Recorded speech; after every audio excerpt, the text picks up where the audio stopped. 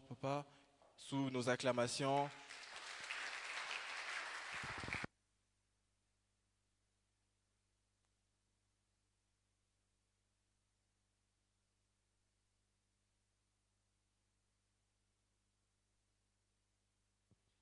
Que Dieu vous bénisse.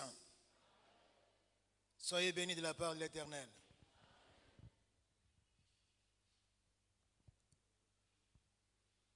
Je rends grâce à Dieu qui nous fait arriver en ce dernier jour du mois de janvier.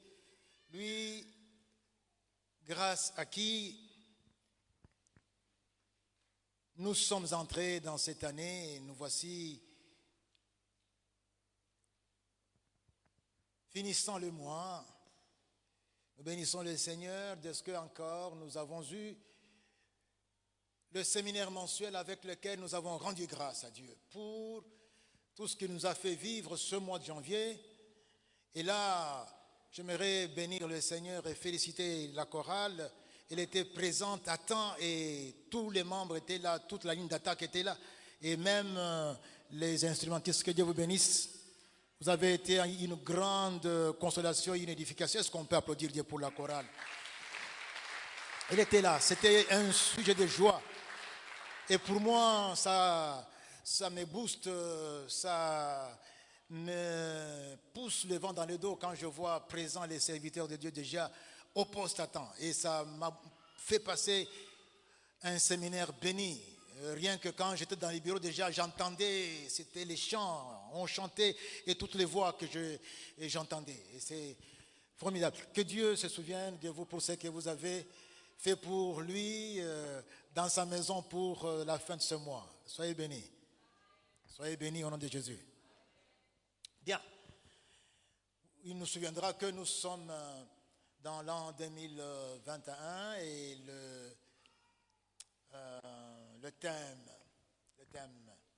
c'est celle de la terre et celle de la terre, lumière du monde. Matthieu chapitre 5, versets 13 à 16. Pour ce trimestre donc, mes frères, c'est que, en tant que celle de la terre, nous sommes appelés à donner sa saveur à l'existence. Ce dimanche, le thème, le sujet que nous avons le bonheur de partager, c'est celle de la terre pour répandre la justice. Celle de la terre pour répandre la justice. Mes frères, on sait bien que la Bible parle beaucoup de la justice sous tous les angles qu'on peut s'imaginer et même ceux qu'on ne peut pas s'imaginer. La justice, on en parle et puis elle est recommandée ardemment à tous les serviteurs de Yahvé que nous sommes. J'ai ici quelques exemples que je vais prendre pour juste citer quelques passages. Comme ça, c'est pris à la volée. Il est dit de Dieu, car l'Éternel est juste. Il aime la justice. Il est juste, il aime la justice. Les hommes droits contemplent sa face. Voilà comment on présente Yahvé. Il est juste, il aime la justice. Et ce sont les hommes droits qui contemplent sa face. Psaume 11, verset 7. Nous sommes appelés à demeurer en la présence de l'Éternel, mais écoutez la question qui est posée. Nous sommes là dans le psaume 15, le verset 1er. Ô Éternel, qui séjournera dans ta tente? Qui demeurera sur ta montagne sainte? Voilà la question qui est bien posée. Mais écoutez la réponse, mes frères, au verset 2. C'est lui qui marche dans l'intégrité, qui pratique la justice. C'est lui qui marche dans l'intégrité, qui pratique la justice et qui dit la vérité selon son cœur. Mes Mes amis, pour que je lise bien, il faut que je mette comme ça mes lunettes. Ne soyez pas choqués par ça. Mes frères, mes sœurs, on ne peut pas se passer de la justice lorsqu'on veut demeurer à la montagne sainte, lorsqu'on veut rester en communion avec le Seigneur, lorsqu'on s'appelle serviteur de l'Éternel. On ne peut pas se passer, on ne peut pas être exonéré de la pratique de la justice. On doit vivre dans la justice, on doit parler justice, penser justice, agir justice, réagir justice. Le Seigneur Jésus enfonce le clou et d'une façon alors poignante lorsque dans Matthieu 5, verset 6, il nous dit « Heureux ceux qui ont faim et soif de la justice, car ils seront rassasiés. » Faim et soif de la justice. Mes frères, mes sœurs, nous sommes pratiquement exhortés à nous abreuver de la justice, à nous nourrir de la justice, et cela dans tous les aspects de notre vie, sans quoi nous vivrions, mes frères, mes sœurs, dans une insatisfaction boulimique, une insatisfaction permanente, tout en répandant partout la même insatisfaction tout autour de nous. On vit dans l'insatisfaction et on répand autour de nous l'insatisfaction.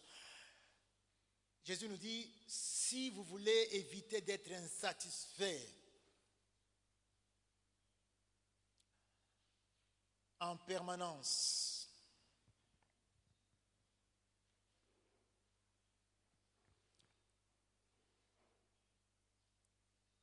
soyez abreuvés de la justice, nourrissez-vous de la justice et vous serez rassasiés.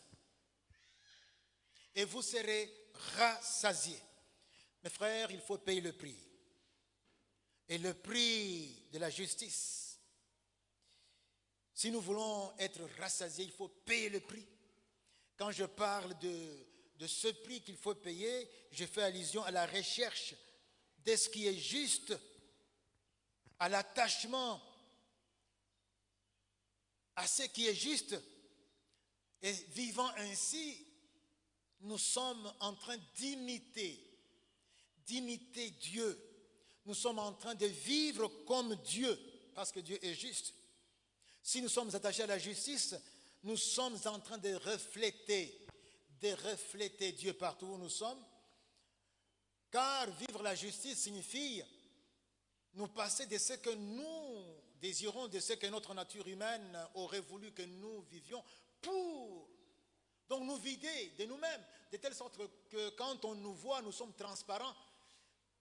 Et puisque nous sommes transparents, c'est celui qui est en nous qu'on voit, c'est Dieu qu'on voit. Et partout, quand nous arrivons, on entend Dieu parler. Là où nous arrivons, on voit Dieu à l'action. Et même lorsque nous pensons, c'est Dieu. C'est ainsi que partout où nous sommes, nous serons en train d'influer sur ce monde. Mes frères, mes sœurs, lorsque on parle du chrétien comme celle de la terre, ce n'est pas forcément là où tu arrives et là où tu agis, là où tu parles. Non, c'est quelque chose qui se passe. Il y a une radiation bienfaisante chaque fois que tu laisses Dieu transparaître. Et cela va attaquer tout ce qui est négatif. Cela va arrêter les menaces de Satan. Cela va anéantir les projets de Satan ici ou ailleurs. Pourquoi? Parce que tu es en train de vivre en tant que celle de la terre. Tu es en train de vivre dans la justice. Tu es en train d'accepter le feu du combat que t'impose le baptême, de la décision de marcher en emboîtant le pas à Christ. Et en avançant ainsi, tout autour de toi, tu influes. Tu influes sur le monde visible comme sur le monde invisible. C'est comme ça que nous, chrétiens, nous devenons celles de la terre et nous rendons ainsi à l'existence sa saveur. Ce n'est pas puisque nous sommes arrivés au ministère que ça va changer. Non, même quand nous sommes à la cuisine, le ministère va être impacté par nous au nom de Jésus-Christ. La présidence de la République va être impactée même quand nous sommes en train de faire le chant dans notre jardin. Pourquoi? Parce que nous avons laissé Dieu transparaître. Dieu est illimité et les rayons de son action n'ont pas de limites. Ça va partout, ça affecte partout, même là où le diable se dit roi, Dieu arrive. Voilà pourquoi le chrétien ne peut pas avoir peur de la sorcellerie ni des sorciers. Quand on dit que ton petit-neveu ou bien ton petit cousin qui est arrivé là est sorcier, tu commences à trembler et tu commences à crier. En tout cas, sans effet. Feu. Non. Tu es celui qui doit faire peur et non celui qui doit trembler. Si ton Dieu a vaincu Satan, il a vaincu aussi la sorcellerie. Et si c'est Dieu qui apparaît à travers toi, mais le sorcier doit détaler.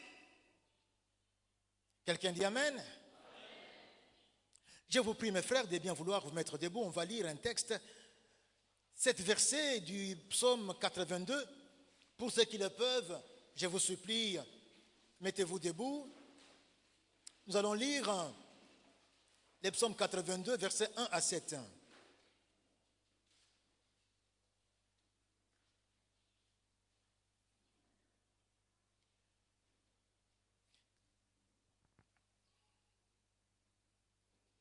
Dieu se tient dans l'assemblée de Dieu, il juge au milieu des dieux.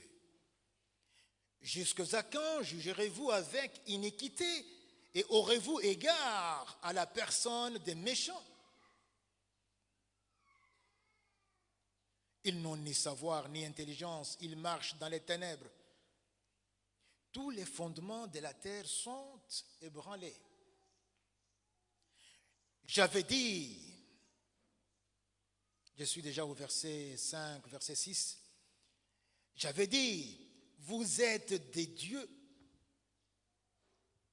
vous êtes tous des fils du Très-Haut. Cependant, vous mourrez comme des hommes, vous tomberez comme un prince quelconque. Bien-aimés, je vous prie, veuillez vous mettre.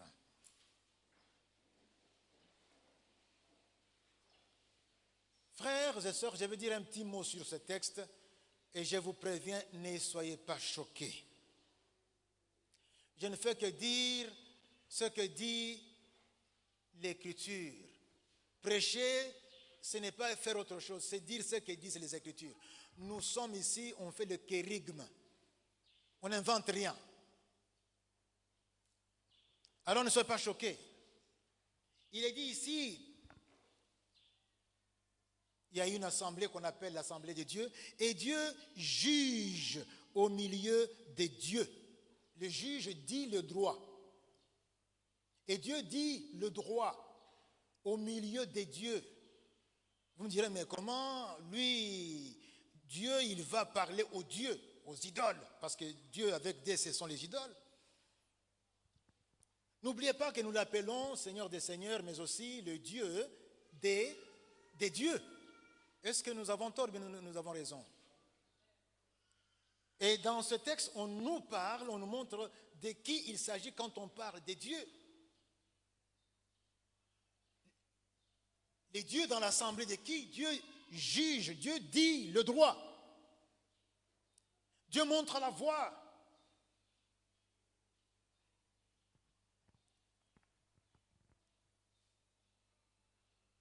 Si vous voyez le verset 6, il est dit, vous êtes des dieux. Quelqu'un dit à son voisin, tu es Dieu. Ça vous choque, mais c'est comme ça que la Bible parle. Vous êtes des dieux, vous êtes tous des fils du Très-Haut. Ah.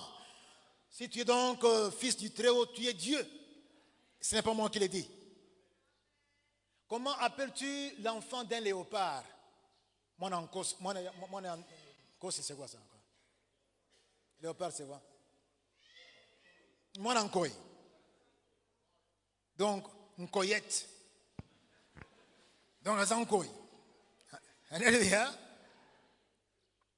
Nkoyette, Azankoy. Boite. Hein?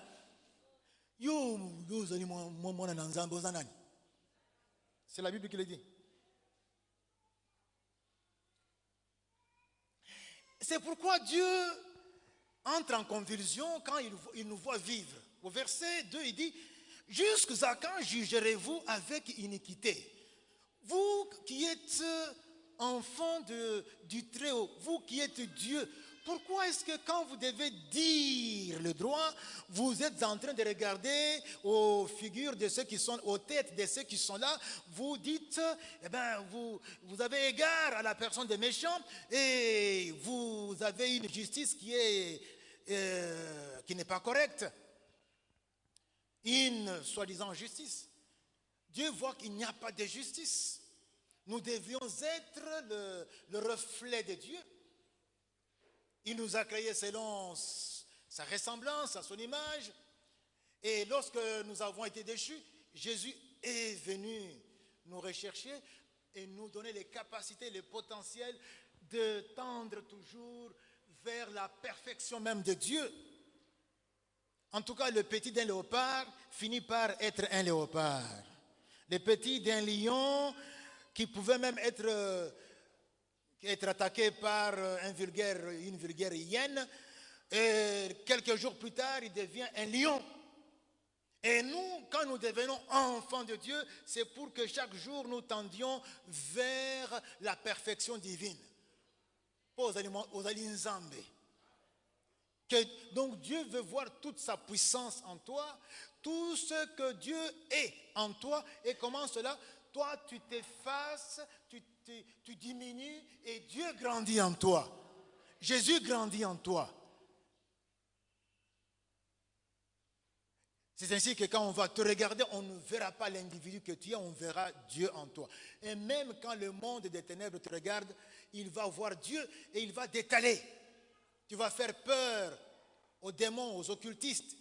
Tu vas faire fuir Satan et ses agents. Pourquoi? Parce que tu as laissé de plus en plus Dieu apparaître en toi, toi qui es Dieu.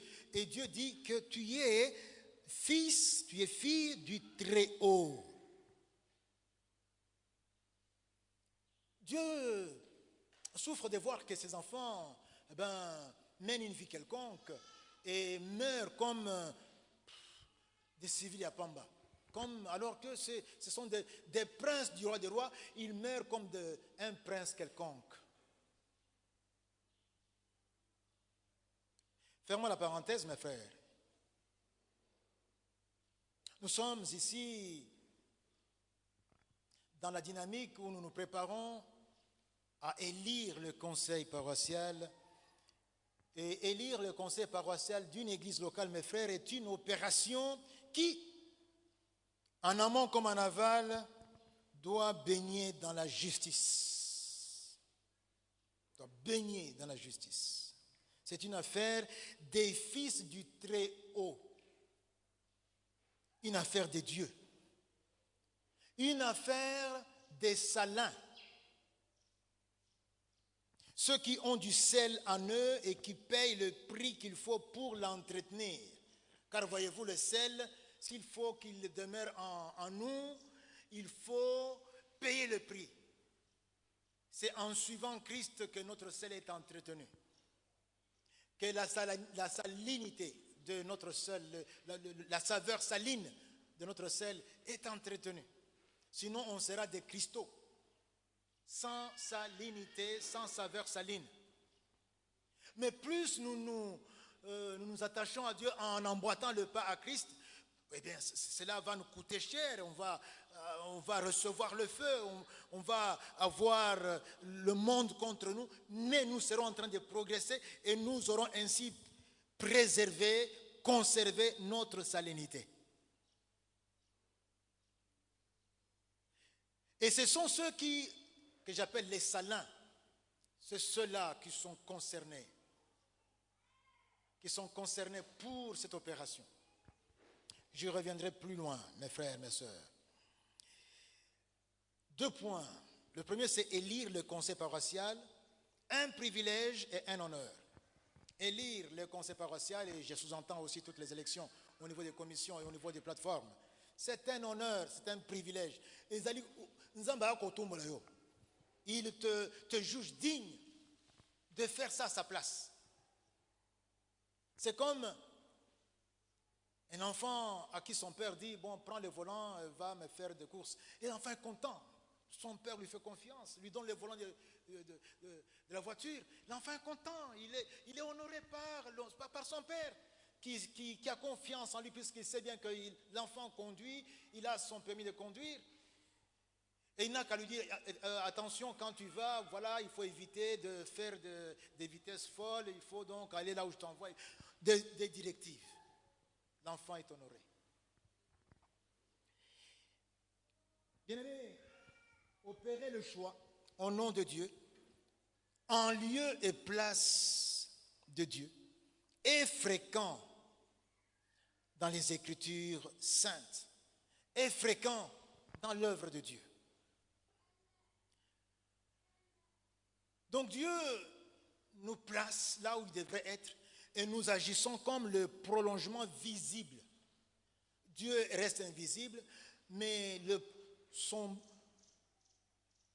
prolongement visible de sa main, de son bras, parce que le reste est invisible. Donc le prolongement visible de Dieu, ayant reçu le plein pouvoir de sa part, c'est toi, c'est moi. Nous sommes donc ainsi des instruments humains interposés par lesquels Dieu est censé opérer ses choix. Nous sommes des personnes interposées.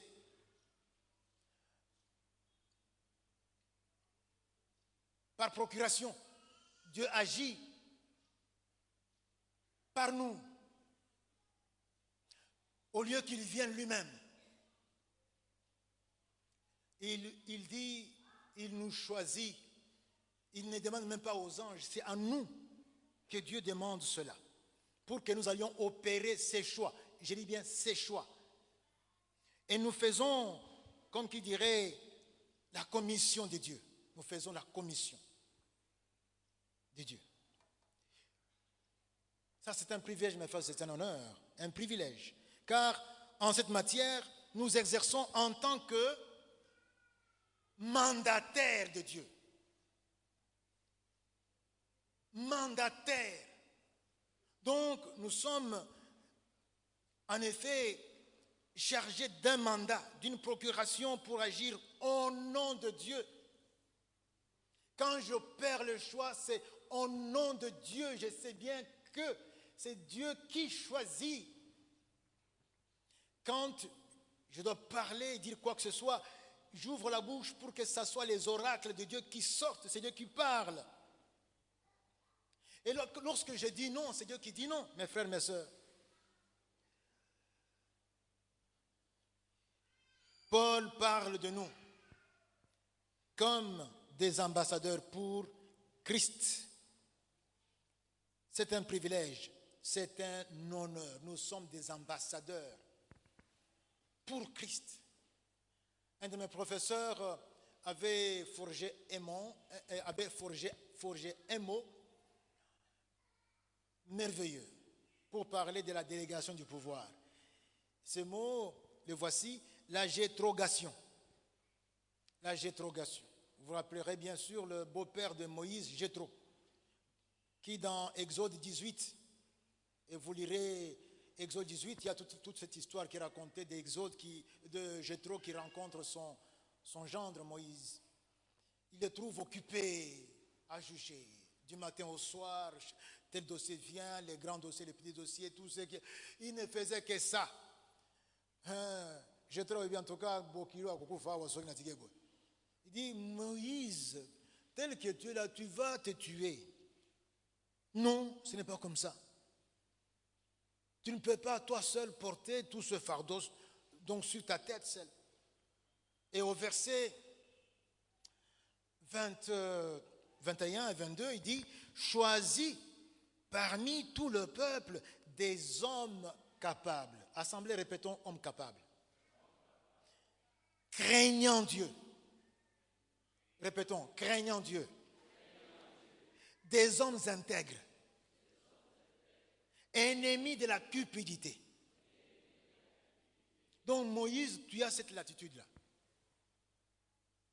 Tu vas toi-même choisir. Établis-les sur eux comme des chefs, comme chefs des 1000, chefs de 100, chefs des 50 et chefs des 10. Verset 22. Qu'il juge le peuple en tout temps, qu'il porte devant toi toutes les affaires importantes et qu'il prononce eux-mêmes sur les petites causes. Allège ta charge et qu'il la porte avec toi.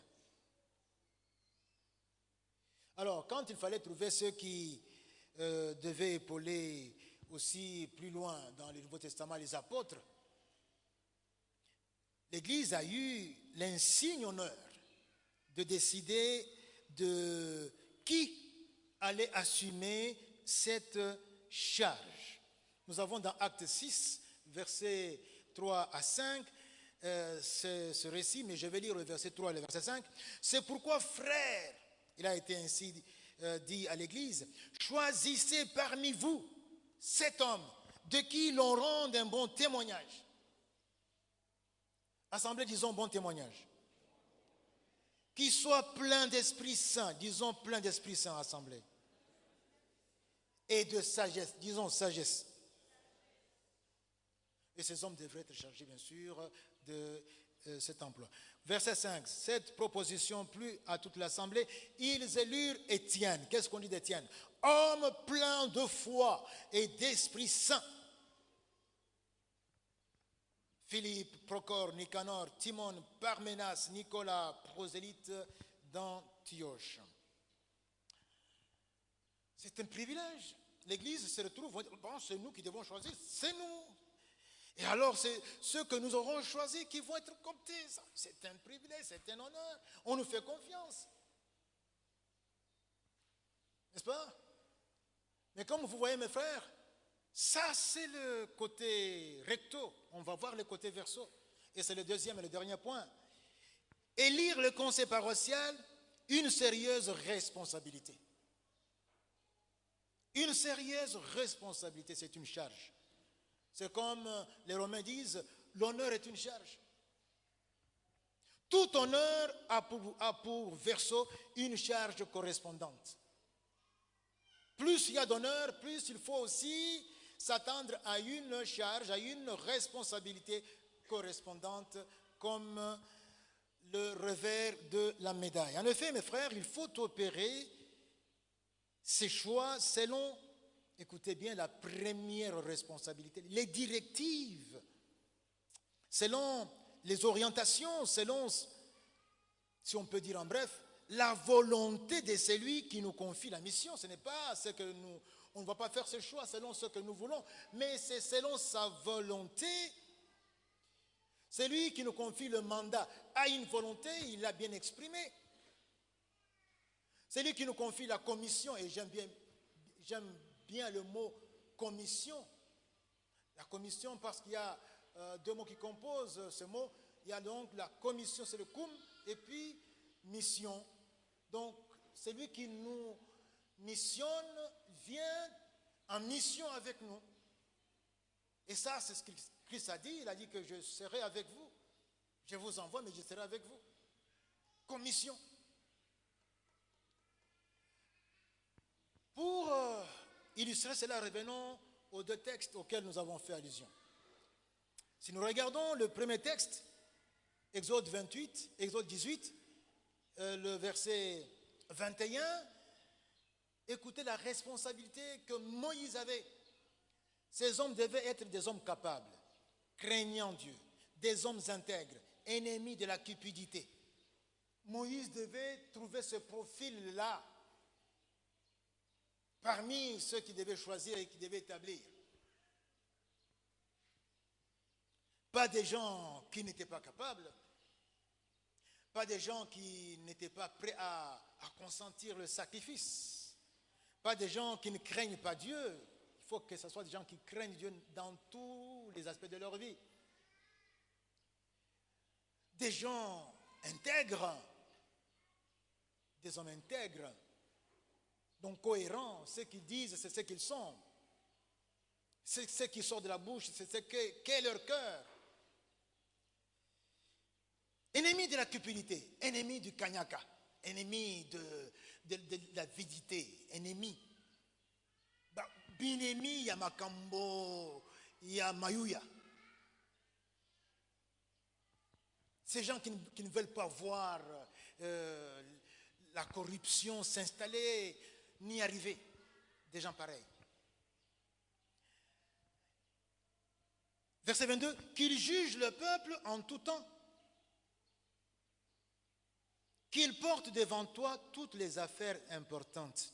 Donc ce sont des gens qui collaborent. Il s'agit de la collaboration des compagnons bâtisseurs et non des gens qui vont démolir l'œuvre même que tu fais. Ça doit être des gens qui regardent dans la même direction que toi. Et cette direction, c'est la direction de Dieu, celle que Dieu indique. Et non des gens qui seront là et puis ils vont démolir. Fais attention, Moïse. De même, à l'église, il est dit ceci dans Acte 6. Choisissez parmi vous cet homme de qui l'on rend un bon témoignage. Des gens qui ont un bon témoignage.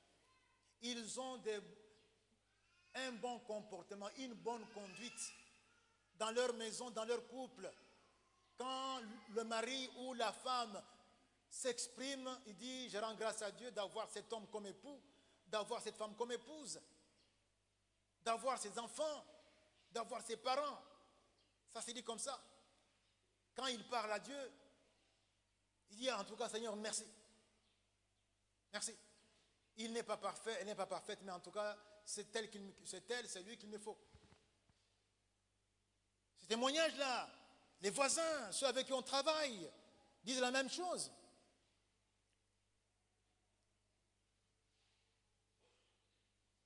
Bon témoignage, disais-je, mais aussi qu'il soit plein d'Esprit Saint. Plein d'Esprit Saint. Donc ce sont des gens qui soumettent leur vie, subordonnent leur vie au Saint-Esprit et le laissent prendre toutes les dimensions de leur vie progressivement. Tout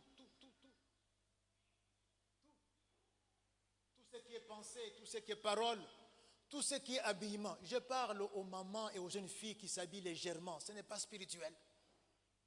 Je voudrais entendre votre amen. Vous qui venez avec les habits moulants, ce n'est pas spirituel. Même vous qui prestez ici et quand vous prestez, vous sortez et puis vous mettez la tenue du combat. Ce n'est pas spirituel. Ça vous choque, mais il faut que je vous le dise. Vous devez laisser toutes les dimensions, votre argent, même l'utilisation de votre argent, de vos biens. C'est l'affaire de Dieu, Saint-Esprit, c'est lui qui doit vous conduire. Parce que ce qui est dit ici de ces serviteurs concerne tous les chrétiens, cela doit se dire aussi.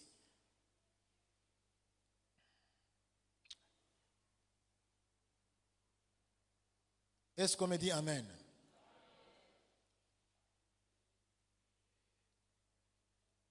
Pour saisir ce que Dieu dit,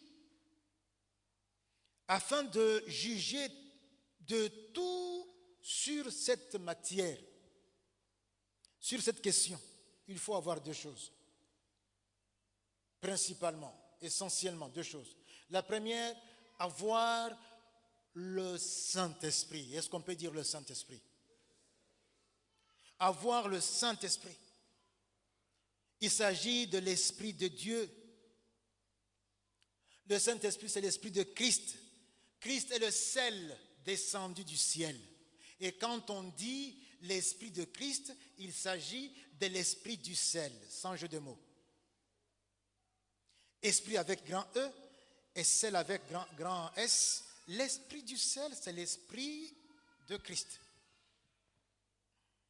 Il faut avoir, on ne peut pas avoir l'Esprit du sel descendu d'en haut sans avoir reçu le sel. C'est quand nous recevons le sel comme Seigneur et Sauveur que l'Esprit du sel, l'Esprit du Christ aussi nous choisit comme son habitacle. Il vient tabernacler en nous. Pour que nous soyons à sa traîne, lui nous conduisant et nous volontairement subordonnés à lui. Le Saint-Esprit,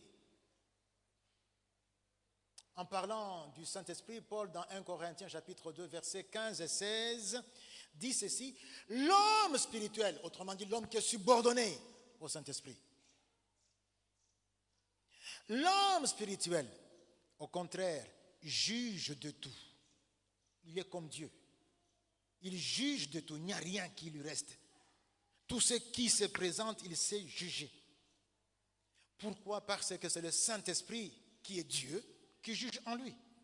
Et plus tu laisses la vie sous la direction du Saint-Esprit dans les pensées, dans les paroles, dans les actions, même dans les omissions, même dans les réactions, eh bien, tu vas juger de tout et il n'est lui-même jugé par personne. On peut se poser la question, comment cela? Car qui a connu la pensée du Seigneur pour l'instruire? La question est posée, la réponse. Or, nous avons la pensée de Christ. Nous avons la pensée de Christ. Pourquoi? Parce que nous sommes morts à nous-mêmes et c'est Christ qui vit en nous. Ce n'est plus nous qui vivons. Nous avons alors la pensée de Christ. Et quand nous pensons, quand nous nous exprimons par la parole, quand nous agissons, c'est Christ qui vit en nous.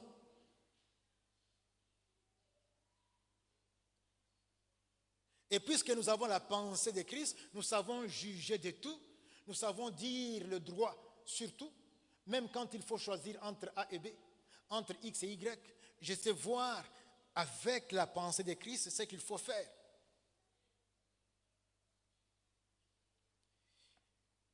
Deux, il faut cultiver l'habitude d'écouter Dieu. Puisqu'il faut agir avec les directives, avec les orientations, avec les recommandations de Dieu, il faut cultiver l'habitude d'écouter Dieu. Je voudrais dire à quelqu'un qui se dit enfant de Dieu et qui ne lit pas sa Bible chaque jour qu'il doit commencer cette habitude-là. Si tu avais commencé et puis tu t'es fatigué, reprends. Moi, en tout cas, c'était plusieurs fois, je commence et puis je lâche. Et quand le Saint-Esprit va me parler encore, je vois que j'avais abandonné. J'avais même acheté le lecteur, j'avais abandonné le lecteur. S'il faut encore que le Saint-Esprit revienne, et puis je reprends encore la résolution. J'ai fait ça, je pense, 3 ou 4 fois avant que ça ne puisse devenir une habitude, une culture. Chaque jour, écoutez Dieu.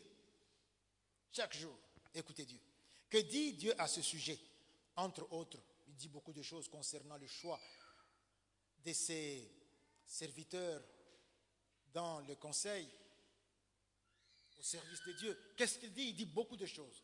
Je vais ici lire quelques-unes des paroles que le Saint-Esprit nous a communiquées comme volonté de Dieu. Cette parole est certaine. Si quelqu'un aspire à la charge d'évêque, évêque ou surveillant, épiscopos, ancien, c'est la même chose. Si quelqu'un donc aspire à être ancien, à être épiscopos, à être évêque, ceux qui se disent bishop là, ils ont galvaudé ils ont galvaudé le mot et le sens avec. Sémantiquement, en tout cas, quand on va à la source, à la racine, à l'étymologie, évêque, c'est un surveillant sur l'assemblée, épiscopos. Donc, si quelqu'un aspire à cette responsabilité, c'est une bonne chose. Il désire une œuvre excellente. Il faut donc que l'évêque soit irréprochable, mari d'une seule femme. Pas de tiroirs, pas de bureaux, pas de petits chéris, pas au bureau, tout ça, quelque part, non. Une seule femme. Sobre, modéré, réglé dans sa conduite, hospitalier, propre à l'enseignement. Il faut qu'il ne soit ni adonné au vin, ni violent, mais indulgent, pacifique, désintéressé. Ce n'est pas quelqu'un qui court après un intérêt, quelqu'un qui ne voit que le lucre. C'est quelqu'un qui voit l'intérêt de Dieu et il court après ça. Il faut qu'il dirige bien sa propre maison et qu'il tienne ses enfants dans la soumission et dans une parfaite honnêteté. Car si quelqu'un ne sait pas diriger sa propre maison, comment prendra-t-il soin de l'Église de Dieu? Il ne faut pas qu'il soit un nouveau converti, de peur qu'enflé d'orgueil, il ne tombe sous le jugement du diable. Il faut aussi qu'il reçoive un bon témoignage de ceux de dehors, afin de ne pas tomber dans l'opprobre et dans les pièges du diable. C'était pour les évêques. Écoutez maintenant ce qu'il dit pour les diacres. Les diacres aussi doivent être honnêtes, éloignés de la duplicité, des excès du vin, du gain sordide, conservant le mystère de la foi dans une conscience pure, qu'on les éprouve d'abord et qu'ils exercent ensuite leur ministère. S'ils sont sans reproche. Les femmes diacres, donc les diaconesses, de même doivent être honnêtes, non médisantes, sobres, fidèles en toutes choses. Eh bien, les diacres, d'une façon générale, doivent être maris d'une seule femme. Cela va sans dire, c'est blanc, bonnet, bonnet blanc. Pour les femmes, c'est femme d'un seul homme, mais ce n'est pas vraiment ça le problème. C'est nous les hommes qui avons les problèmes. Les diacres doivent donc être maris d'une seule femme et diriger bien leurs enfants et leur propre maison. Car ceux qui remplissent convenablement leur ministère s'acquièrent un rang honorable et une grande assurance dans la foi. Mes frères, mes sœurs, je crois avoir suffisamment épilogué sur la question concernant le choix, qui est en même temps un honneur, un privilège d'un côté, mais de l'autre côté une responsabilité. Je passe à la conclusion et je vais le faire rapidement. Honneur, privilège, certes, mais aussi lourde responsabilité. Nous rendons bien compte, mes frères, nous rendrons bien compte devant Dieu de tous les choix opérés et surtout de ceux opérés à l'œuvre de Dieu. Nous rendrons bien compte. Ne venez pas avec des choses du genre, bon, c'est quelqu'un de mon groupe, c'est un ami, c'est quelqu'un de ma commission, non, c'est quelqu'un de ma tribu, c'est quelqu'un qui me plaît. Ça, ce sont des... On n'a pas énuméré ça ici comme critérium. Alors, si maintenant tu dois choisir, il faut que tu tiennes compte de ça. Ou bien, si tu ne veux pas en tenir compte, alors laisse. Laisse. C'est une responsabilité à assumer avec crainte et tremblement. Je veux dire, une responsabilité à assumer avec du sel qui est en vous. Usez du sel en vous pour opérer ce choix. Le sel, c'est Jésus. Si tu n'es pas encore sel de la terre, j'insiste bien, abstiens-toi de voter. C'est simple. Ce n'est pas nécessaire. Ici, il s'agit des fils du Très-Haut, des dieux. C'est eux qui sont concernés par cette opération. C'est pourquoi à la fin, je vais demander à ceux qui voudraient devenir aussi celles de la terre de le manifester, puisque ça va se faire ici même, ici et maintenant. À supposer que tu aies perdu, tu es celle de la terre, mais tu as perdu la saveur saline parce que tu as fait le choix de plaire à la chair au détriment de l'esprit du sel, esprit avec grand E, sel avec S majuscule.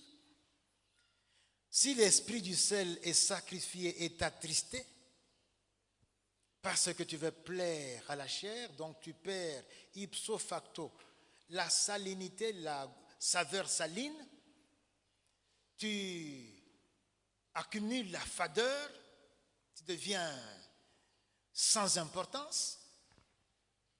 Les cristaux salins sont visibles, mais il n'y a pas la saveur saline. Si c'est le cas, eh bien mon cher, Ma soeur, mon frère, répands-toi. Répands-toi. Reviens à Dieu.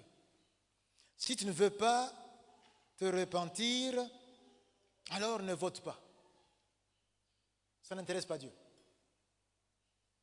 Quand j'ai parlé ainsi au premier culte, le président de la commission a pensé que j'ai découragé les gens à voter. Non. J'ai dit que le sel de la terre n'a pas peur, c'est lui qui fait peur. Ceux qui sont comme moi, les enfants de 1900, nous avons un bon slogan que nous répétions. Mungwa ya mukili. Ah bon. Mungwa ekobanga te ekosa nini? Ekobangisa. Comment on disait encore, mon cher Séraphin? Un père bien, comment? Un père ekobanga te kasi, akobangisa. Donc, je pense que c'est un peu. Je vous dis que moi, quand je travaillais, j'étais le chargé du parti. Là, donc c'était moi qui faisais faire les marches, tout ça. Donc j'ai encore la mémoire qui travaille. Donc ce n'est pas nous qui allons avoir peur. Mais si tu n'es pas celle de la terre, makambo oyo etaliote. Ne venez pas compliquer ou kokotia voix ou fausser ba calcul. Ma fille, merci beaucoup. Merci. J'arrête les commentaires, il faut que j'atterrisse. Et pourtant j'étais à la fin jusqu'à ce que... Qu'est-ce qu'elle a encore dit, s'il vous plaît, pasteur? Oui. Merci, mon cher Ondel. Mes frères, fermons les yeux.